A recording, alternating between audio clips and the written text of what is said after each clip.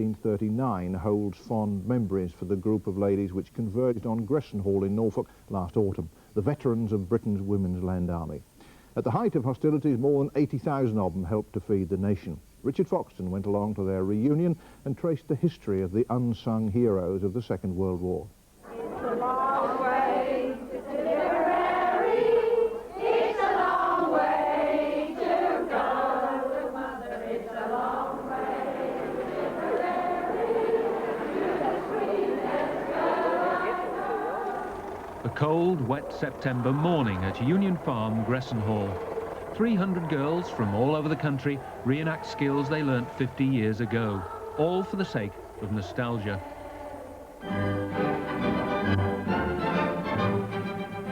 The Women's Land Army actually came into being during the First World War. Blockaded by the enemy, Britain was down to its last 3-week supply of food, and by 1917, with all her young men fighting at the front, there was a serious possibility that the harvest wouldn't be gathered. Women were recruited. Their numbers swelled, and by the end of hostilities, more than 23,000 had donned the cotton tunic and wide-brimmed hat to help to feed a nation.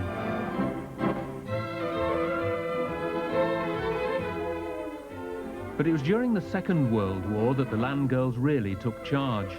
Farm production in the 1930s had fallen to its lowest level in 70 years, and once again Britain's menfolk were needed elsewhere.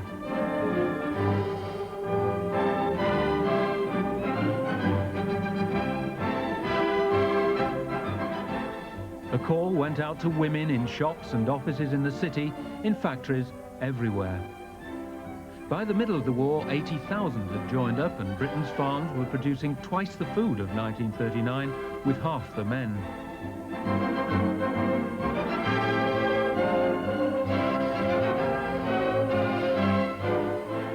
By far the majority of women came from towns and cities. Significantly, few of those attending the reunion at Gressenhall ever went back. But for those greenhorns 50 years ago, their first experience of the countryside came as quite a shock. Iris Tillett was recruiting officer for Norfolk at the time. We warned them, of course, at interviews. We said there's going to be plenty of mud. Well, you know the story of the one that was so well worn, don't you?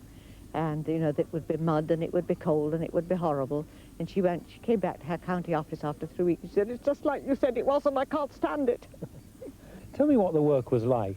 Hard, tough, damp, not glamorous at all. It wasn't shepherdesses out in the fields or anything like that at all. And of course they were working alongside men who'd, in a lot of cases, been doing it all their lives. Was there a certain amount of resentment? There was some cases. It depended a lot on the farmer. If the farmer was a good farmer, he explained it all and it was all understood. But you did get some toughs, just as you got some farmers who were not very good about paying the regulation wages. How much would the land girl earn? She started off, her minimum, the national minimum fixed by the Land Army was 32 shillings, plus overtime when she got it. But after that she had to pay for her lodgings. And so we set a further rule that after paying for her lodgings, she must have 12 shillings a week left in her pocket. So if the landlady charged more, then the farmer had to pay for. Girls were contracted during the war period for a year's work. Each was entitled to 1 day off a week, plus a week's holiday. While at work, the day lasted just as long as the job took, and land girls were sometimes, though rarely, paid overtime.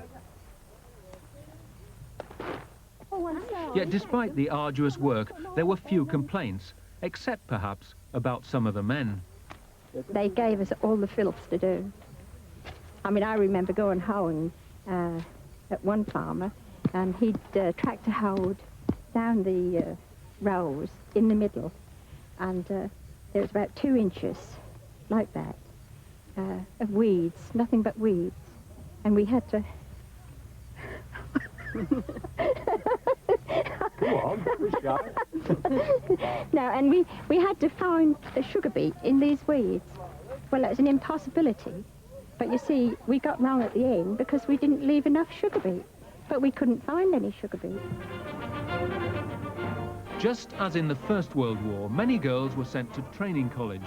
There they learnt basic skills, including operating and repairing farm machinery.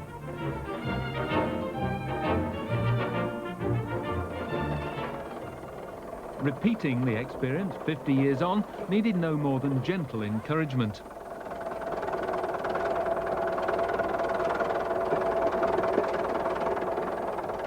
To most raw recruits, farm work had all been a bit of a mystery. But according to Rusty Grint, an ex-toffee factory worker from Halifax, they were quick to learn. Well, it was a case of having to, wasn't it? And then we did everything. We went muck spreading, and I went on a milk round, and then I went on a tractor on different farms around the Yorkshire area. And then in 1946 I came to Lincolnshire. I went to the British Crop Rise as a tractor driver.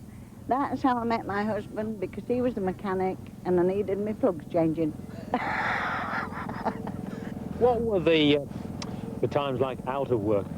The food wasn't very good. Stewed rhubarb sandwiches, steamed fish and gravy. The food was not good. Yeah, and the money wasn't very good. In 1947 we filled our timesheets in and put fed up, snowed up and hard up. Because you know what the winter was like in 1947. We were snowed up, yeah. And of course you'd work amongst all of that as well. Was it pretty tough from time to time? Yes, it was tough all round, weren't it? But there was a good times. We had a jolly good time. Mary Ems was an office worker before she came to Norfolk. On her regulation jumper, a proficiency badge proves she took her training seriously. Well, you had to go to a strange farm and milk strange cows, and there was an inspector there who assessed how you got on, and then he would ask you questions about dairy work and what have you. And if he considered that you were, knew the right answers, then you got your proficiency badge. Tell me, we've got a lovely photograph of you also on a combine harvester. Yes. That must have been one of the early combines. Yes, it was, yes. But it was a very big farm, and they had perhaps machinery before other farms did. You know, they had quite modern machinery for their time.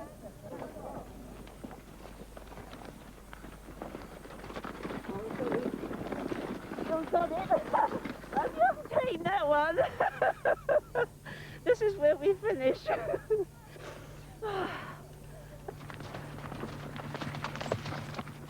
Physically weaker though they may have been, the work rarely bothered women of the Land Army.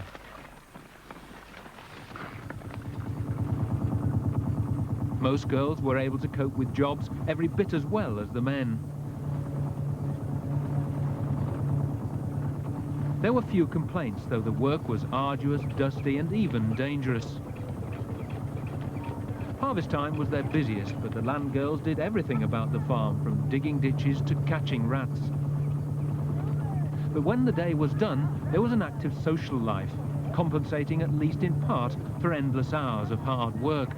Again, it depended a lot from village to village of the local representative. Perhaps if you had a very active friendly WI in that village, they would befriend them and take them in or have them in for socials and that sort of thing. Hostels was much easier because the War Agricultural Committee would arrange lorries and take them off to dances. And of course, you've got a nearby RAF station. Do I need to add any more? For some girls, chance wartime acquaintances blossomed into romance. Paziano got to know Giovanni, an Italian prisoner of war. Much later, they were married, but not without a struggle. We're both Catholics, you see, and we both met at church. And we used to walk over on Moorsold Heath in Norwich, take our walks over there.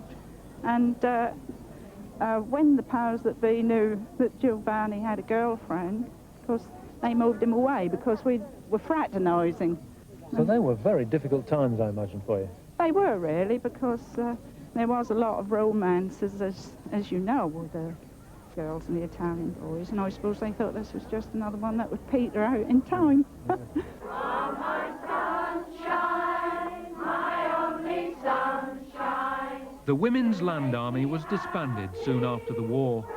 All that remains now is a core of a couple of hundred enthusiasts who meet now and again in their old uniforms to sing a few songs and exchange memories. Take my sunshine away.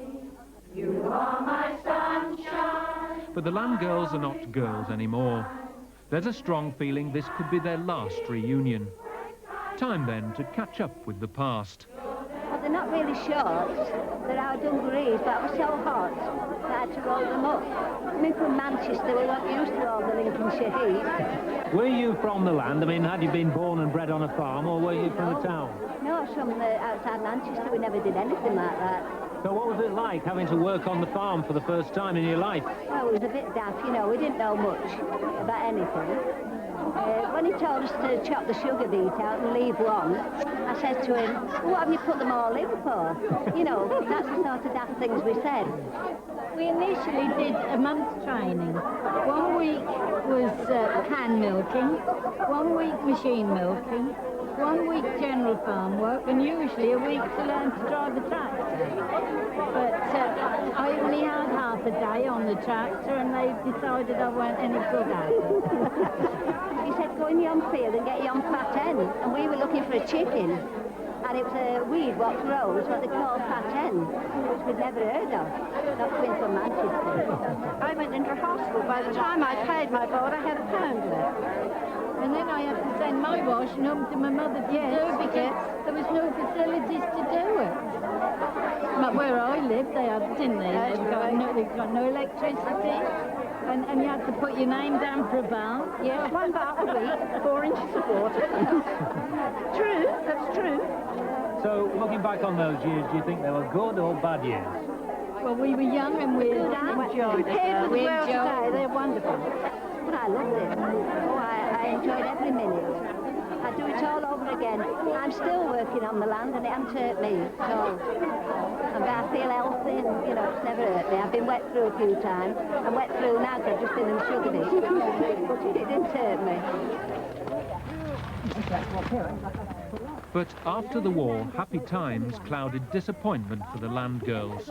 Many felt they'd been as influential in winning the war as those on active service, yet they received comparatively little recognition for it.